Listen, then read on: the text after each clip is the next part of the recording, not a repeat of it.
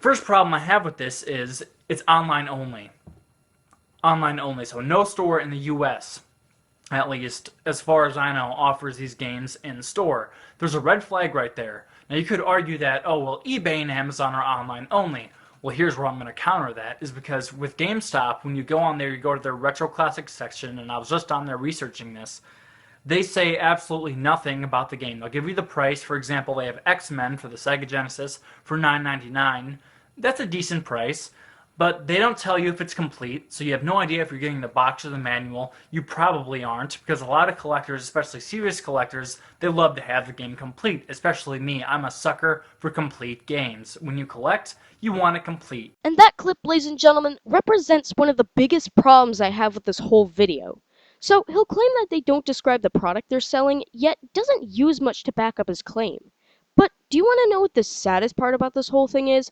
I checked out GameStop's Retro Classics page, and I did come across a few issues with it.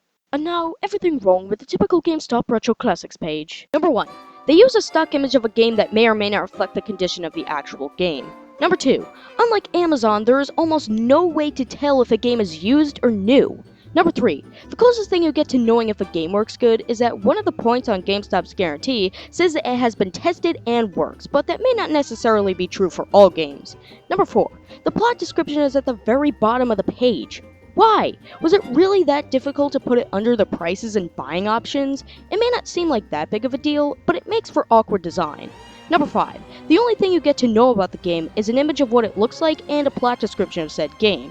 There are no added details like, game works like brand new, the card has very few scratches or signs of damage, comes with original box and instruction manual, so there's barely any way to tell if I'm getting a good product. Number 6. Unless it's a really popular title like Super Smash Bros. Or Super Mario World, chances are that most of the other retro games being sold won't get any reviews, which makes it even harder to tell if you're getting a good product.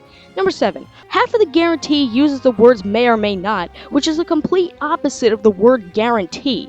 You know, how is it that I can do better at backing up his claim that he himself presented in his own video? And another thing, if there was evidence to back up your claim, why didn't you show it in the video? Or at the very least, put links to your sources in the video description. It's not exactly hard to copy and paste something in there, you know.